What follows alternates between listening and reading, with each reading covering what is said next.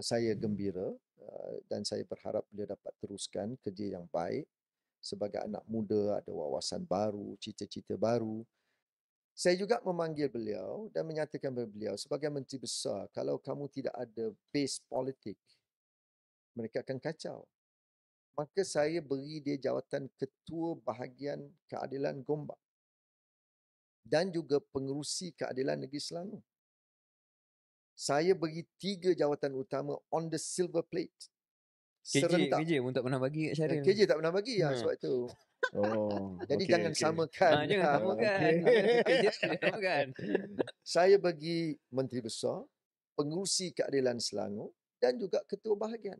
Serentak supaya kedudukan dia itu kuat dan stabil untuk mentadbir negeri Selangor.